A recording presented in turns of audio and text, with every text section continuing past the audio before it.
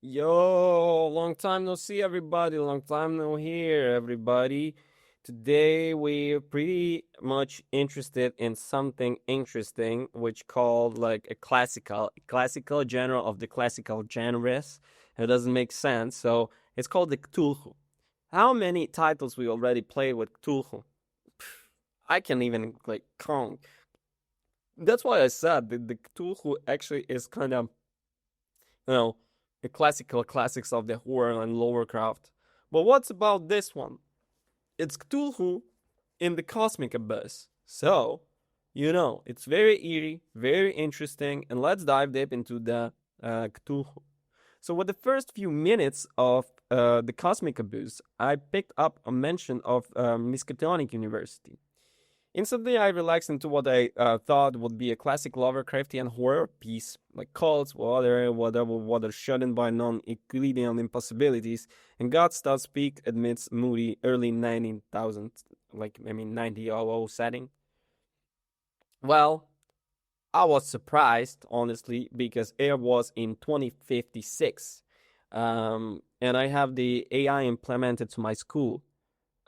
I mean, not school, but skull, right? The relief operated into the intrigue. So, what's about that? Um, well, the Cosmic Abuse turns out inappropriate name, and the strange contrast, the beginning of the game is a conversation about AI augmented brains taking place at night in a robot. It is experience is microcosm, and it puts you from the wrong way to do some with some confident purpose. As I confess, devotee of the straight Lovecraftian horror over anything involving circularity, I came in prepared to be merely tolerant of the cosmic abyss sci-fi scaffolding. But I ended up being really vibing with it, and the high-tech trappings as underwater mission station, neural interfaces, almost magic diving tech, don't delete the Lovecraftian atmosphere so much as I throw into the sharper relief. Ancient blood rituals land harder when they are planned out or in loud laptops. Grotesque creatures are more unsettling when the person encountering them was 10 minutes ago reading a digital incident report. I want sci fi. I want sci fi more. The game proper begins in a gleaming, wrecked deep sea mining facility that reveals itself with a satisfying invenability to be a cult operation fronted by a man who is in a study in a certain breed of billionaire messiahism. He will remind you of certain deportable people, and it is a fantastic study in modern cultism. From that facility, the cosmic abyss unfolds into the sunken cities and impossible geometries, all rendled with a dipping atmosphere and commitment to going somewhere purpley strange. The most unexpected pleasure of Cosmic Abyss is AI herself, named Key. In the prologue, it is a fresh installation speaking in precise, flat tones and robotic stereotypical style. 6 months later, in Chapter 2, she is her own character and has been trying into something warmer, casual, curious, and present, always giving her opinion and sounding sincerely terrified when Noah, the main character, is in danger. The transition is so fluid that I legitimately forgot midway throughout my first playthrough that she had ever spoken in monotone. She's fully the game liturgist. The question whenever Noah should relate to her as a person is raised quickly and then quietly dropped, which feels like a deliberate moment upon the danger of the concept in our own reality. And this era, when the question doesn't feel remotely theoretical, it is handled with the lightness that serves it better than any heavy-handed treasure ever could. Mechanically key is the spine of the investigation. Her sonar ability allows you to locate items to materials you have cataloged, ranging from the broad categories like mineral to the be deeply specific like mucus from the injured deep one, and the puzzles built around finding the right frequency combinations are some of the most satisfying in the game. Her vault of your interceptable menus provided a detailed map of your current captor, using both for the orientation and a kind of connective tissue exploration that feels engaging and in every build. Corruption is another game in the unique mechanism. The system threads throughout the entire experience, tracking Noah's exposure to be unnoble Lovecraftian horrors that will eventually send him into insanity.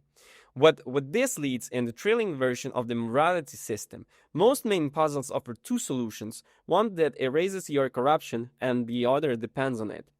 The corrupting options are typically the more immediately accessible, quicker, easier, and the choices of someone who has stopped thinking long term. It is quietly perfect expression of the Lovecraftian principle that cults aren't undone by opposition so much as by weight of that they are already committed to. The temptation to go dark is real, and the real game knows it. Imagine my horror when I discovered a love corruption solution of the puzzle of surpassing a creature that would have left it harmless or really killed the poor thing. The puzzles throughout the all well constructed and grow satisfyingly difficult, but nothing prepares you from the final one. I won't dismantle it entirely. It deserves the land as intended, but it involves in the alien cult, a star-saying system belonging to the human sky that are a thrilling threat of Cthulhu itself himself. When the full scope of what it was asking me to do became clear, I laughed out loud. The scope is ridiculous and the mechanics are annoying, and it is so brilliant, so unraveled piece by piece over what I felt like an age. It is one of the best puzzles I ever encountered in the games. One cabinet, the mechanism for avoiding the corruption solution is the final and almost instinctively simple. So simple that I assumed it was merely built in requirement to solve the puzzle at all, only realizing that in retrospect it will be probably existed to lead players and in last minute corruption boost unlock the bad endings. It doesn't run anything, but it sits oddly against the elegance of everything around it.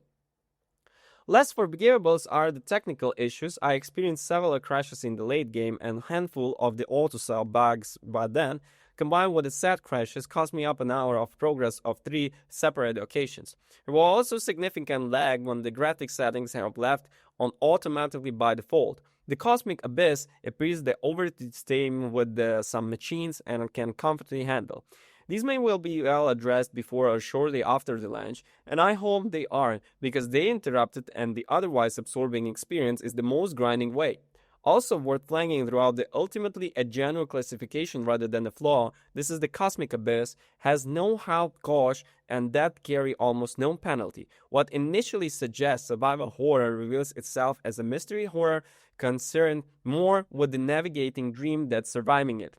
The atmosphere remains fully intact, but as you arrive expecting to feel truly engaged, temper those expectations accordingly. Cthulhu Cosmic Abyss is the one that crushed you aside, an excellent game. K is the triumph, the puzzles are imaginative, and the final chapter earns everything it demands for you. I spent about 12 hours playing this game, and I found myself wanting to talk about it, everyone who ever shared even a flicker of the interest in Lovecraft with me. So, it is a cosmic horror that brings classic troops into futuristic dressing and managed to do well. What not like? Well, I didn't like some nasty technical issues and a little bit of lag there was, but thanks God that I created a couple of the saves, so I made the previous, and that's how I managed to do it. And then the ending system is a mild disappointment. But from the other side, this is an incredible puzzle craft and brilliant use of the AI as a character and as a question. And I like the setting of the futuristic Lovecraft, which is pretty interesting to me because I never interacted with something. So let me know in the comment section if you have seen something Lovecraftian in the space. I would be happy to discuss about that. So again, thank you for watching. Don't forget to rate, comment, and subscribe. Peace.